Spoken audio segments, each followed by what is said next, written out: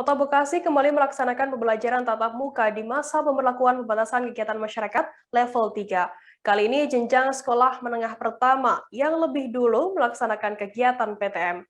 Total ada sebanyak 66 SMP yang melaksanakan PTM pada Rabu 1 September hari ini.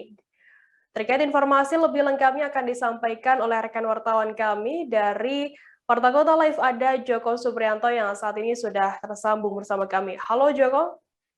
Baik, rekan Firda.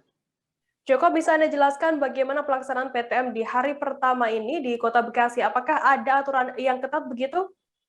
Ya, baik rekan Firda, bahwa memang pada awal September ini, tepatnya di tanggal 1 September 2021 sendiri, pemerintah Kota Bekasi melaksanakan kembali pembelakuan pelajar tatap muka secara terbatas. Dan memang eh, PTM ini memang tidak sempat juga dilaksanakan pada Juli lalu, hanya saja karena terkait kasus COVID yang meningkat, akhirnya PTM kembali ditunda. Dan pada awal September ini akhirnya pemerintah eh, Kota Bekasi sendiri akhirnya memutuskan untuk kembali memberlakukan PTM terbatas atau pembelajaran tatap muka terbatas yang dilakukan di sekolah. Total ada 66 sekolah di Kota Bekasi yang melaksanakan eh, tatap muka, pembelajaran tatap muka pada hari ini sendiri. Itu juga sesuai dengan SKB 4 Menteri terkait PPKM level 3, di mana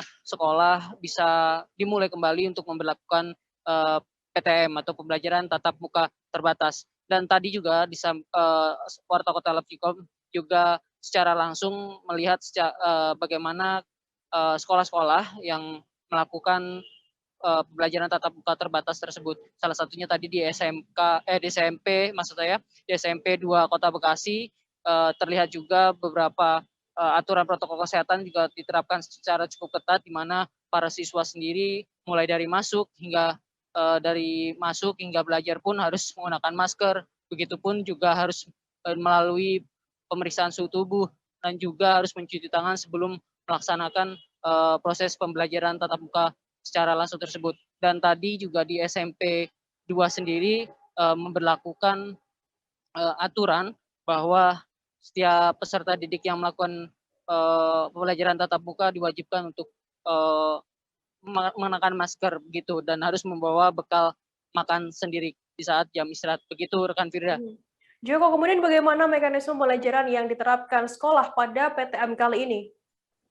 Ya, baik rekan Firda, tadi juga secara langsung disampaikan oleh Kepala Sekolah SMP 2 Kota Bekasi, yaitu Bapak Rudi Winarso sendiri, menyampaikan bahwa mereka pada tahap PTM pertama ini memberlakukan atau membuka 7 kelas, yang dimana setiap kelas itu sesuai aturan dengan SE pemerintah Kota Bekasi, yaitu dibatasi 50% kapasitas, artinya sekitar 20 peserta didik yang pada PTM kali ini bisa melakukan pembelajaran tatap muka.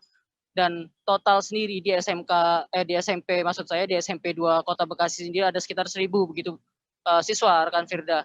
Namun yang disetujui orang tuanya untuk melakukan pembelajaran tatap muka secara langsung di sekolah hanya sekitar 700-an. Sehingga dari 700 ini nanti akan dibagi bertahap begitu, sehingga tidak setiap harinya mereka akan selalu bergantian melakukan pembelajaran tatap muka.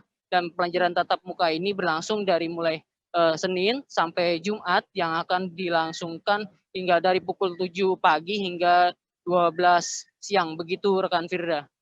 Kemudian bagaimana untuk respon dari siswa maupun guru yang melaksanakan PTM ini di Bekasi?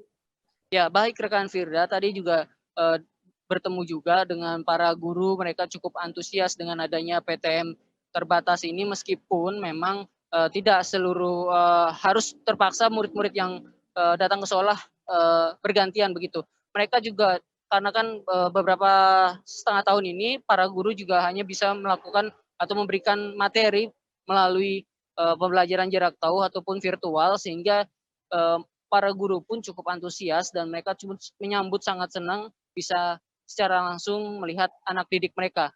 Tak hanya para guru, para siswa didik pun juga mengaku antusias, bahkan mereka berharap bahwa pembelajaran tatap muka berlangsung ini bisa langsung dilaksanakan terus-menerus, karena para pelajar atau para siswa sendiri mengaku bahwa pembelajaran tatap muka merupakan hal yang terpenting karena mereka menganggap bahwa pembelajaran tatap muka lebih gampang menyerap materi yang disampaikan guru, sehingga ketika ada materi yang tidak bisa terpenuhi bisa langsung ditanyakan oleh guru secara langsung.